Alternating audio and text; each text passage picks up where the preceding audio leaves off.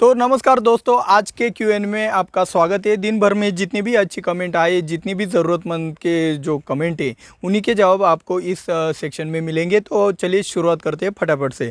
तो राम यादव जी ने पूछा है, क्या एमओपी पोटैश में सल्फ्यूरिक एसिड मिलाकर क्लोराइड खत्म कर सकते हैं क्या? भाई आपको क्लोराइड निकालना पड़ेगा, लेकिन आप उसको कोई पेस्ट नहीं है कि उसे ख़त्म कर सकते हो। तो वो कोई जीव नहीं है, वो न्यूट्रिएंट है, उसको आपको अलग से निकालना पड़ेगा, बाकी वो नष्ट नहीं कर सकते हो। श्रीराम गाड़े जी ने कमेंट किया है, प्याज की फसल में प्याज की पौधे को डंठल खोड़ स्टेम को छोटा और चौड़ा कैसे करें, कृपया मार्गदर्शन करें। तो श्रीराम गाड़े जी, जब आपका जो प्याज नर्सरी में होता है, तब आपको क्या करना है, ज़्यादा से ज़्यादा कुमान 5234 का इस्तेमाल करना है, टिल्ट कुमान का इस्तेमाल करना है, जिससे उसकी हाइट ना बढ़े। और 5234 का ज़्यादा इस्तेमाल करोगे तो वो ज़्यादा से ज़्यादा चौड़ा हो जाएगा, और बाकी कुछ नहीं।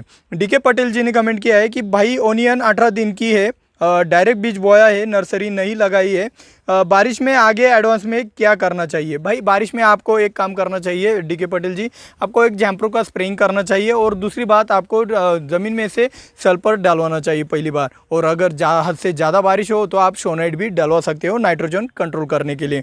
भूपेंद्र आर जी ने कमेंट किया है, बायर इन्फिनिटो फंजीसाइड के साथ स्ट्रेप्टोसाइक्लिन मिक्स कर सकते हैं क्या? Please reply. तो भाई आप बेझिझक इन्फिनिटो के साथ स्ट्रेप्टोसाइक्लिन का इस्तेमाल कर सकते हो। पवन मित्तन जी ने कमेंट किया है, सर कुकुम्बर में वाइट फ्लाई आती है, 100% कंट्रोल क्यों कभी नहीं होता? भाई सही कहा है आपने, एक पेस्टिसाइड यानी कि एक इंसेक्टिसाइड में आपका वाइट फ्लाई 100% वाला कंट्रोल नहीं होता है। क्यों नहीं होता है भाई? देखो वो कोई आप देखो, सुमी प्रिंट का आपको स्प्रे लेना पड़ेगा पहली बार, उसके बाद आपको प्रोपेक्स सुपर पदान ऐसे अल्टरनेटिव एक के बाद एक इंसेक्टिसाइड हेवी वाले डालने पड़ेंगे। अगर आपका फिर भी कंट्रोल नहीं होता है तो आपको SLR 525 का ही इस्तेमाल उसमें करना पड़ेगा। संजय बादरी जी ने कमेंट किया, acetamiprid plus tebuconazole plus sulphur plus monocrotophos हे कॉम्बिनेशन डाळिंबमध्ये चालेल का?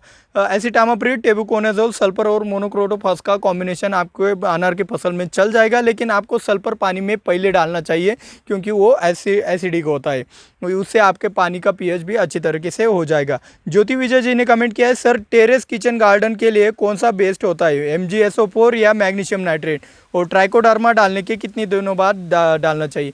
तो भाई देखो, टेरेस गार्डन के लिए आपको सस्ते में तो मैग्नीशियम सल्फेट ही बढ़िया रहेगा, और आपको ट्राइकोडर्मा और मैग्नीशियम सल्फेट में कम से कम 10 दिनों का अंतराल रखना चाहिए।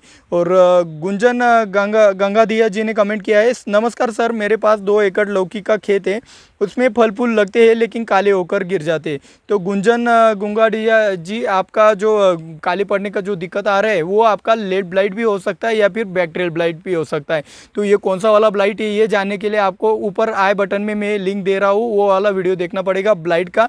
तो उसमें से आप अच्छे से पहचान कर आप ट्रीटमेंट दे सकते हो। अनिल मेट्टे जी ने कमेंट किया है, वांगी फ्रूट सेटिंगसाठी काय फवारावे लागेल? बैंगन में फ्रूट सेटिंग के लिए क्या करें? भाई फ्रूट सेटिंग के लिए अगर आपका फ्रूट सेटिंग बारिश की वजह से नहीं हो रहा है तो ज़मीन में से शोनाइट देना पड़ेगा। अगर बारिश नहीं है, ज़्यादा पानी भी नहीं है, फिर भी आपका सेटिंग नहीं हो रहा है, तो आपको टिल्ट कुमान का स्प्रेइंग करना पड़ेगा। टिल्ट कुमान का मतलब कुछ सेटिंग हो चुका है, आधा अधूरा सेटिंग हो चुका है और आधा अधूरा बाकी, तो वैसे में आपको गोदरेज का डबल इस्तेमाल करना चाहिए। आप बूम फ्लावर का भी इस्तेमाल यहाँ पे कर सकते हो।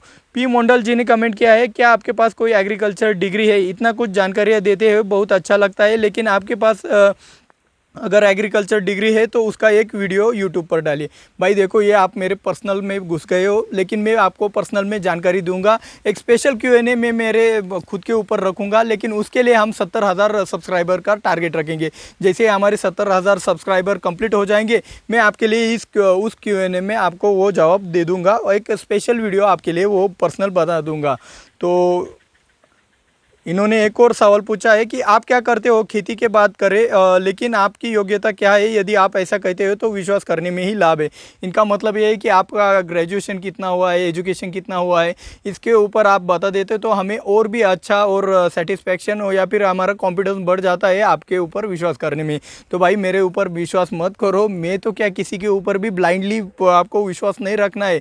आँख बंद करके किसी के ऊपर विश्वास मत रखो। आप देखो ना भाई, आप मेरे को क्रॉस चेक करो, करो, वेरीफाई करो, तभी आप आगे चल सकते हो। कोई कुछ भी बता देगा, कई बार तो मैं भी गलत हो सकता हूँ भाई, इंसान हूँ, इंसान की तरह ही मैं रह सकता हूँ, मैं 100% सही भी नहीं हो सकता हूँ।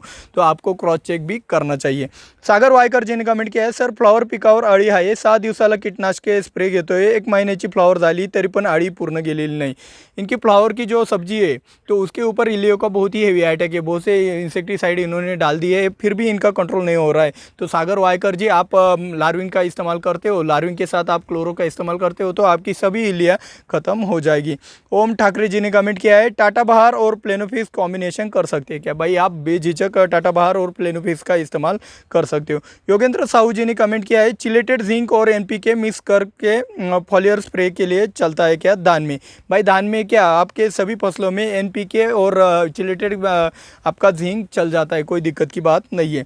आदित्य मजाले जी ने कमेंट किया है, बारिश ज़्यादा हो गई, जल्दी वापसा कैसे लाए शिमला मिर्च? भाई ये तो बहुत दिक्कत वाली बात है। वापसा कंडीशन लाना है मतलब आपको पानी बंद करना पड़ेगा। अगर ज़्यादा तेज़ बारिश गिर रही तो वापसा कंडीशन वहाँ पे मेंटेन नहीं होती, तो शिमला मिर्च में और भी दिक्कत आती है। यहाँ पे आपको मदद कर सकता है। देखो भाई, वापसा कंडीशन किस लिए लगती है? हमें 50% पानी और 50% हवा आपके जड़ों को देने के लिए। तो ऐसे में मैं आपको एक ही सोल्यूशन दे सकता हूँ। अगर आपके पास ऐसी हेवी वाली बारिश हो रही है तो आप हाइड्रोजन पेरोक्साइड का इस्तेमाल कर आपके जड़ों को ऑक्सीजन अवेलेबल करा के दे सकते हो। तो हाइड्रोजन पेरोक्साइड के ऊपर भी हमारा वीडियो बन चुका है, आप चाहे तो वो वाला वीडियो भी देख सकते हो। दिलीप राऊत जी ने कमेंट किया है, दिव्यराज सरजी, लिक्विड महापीड आणि वनिता कंपनीमध्ये कोणते चांगले आहे?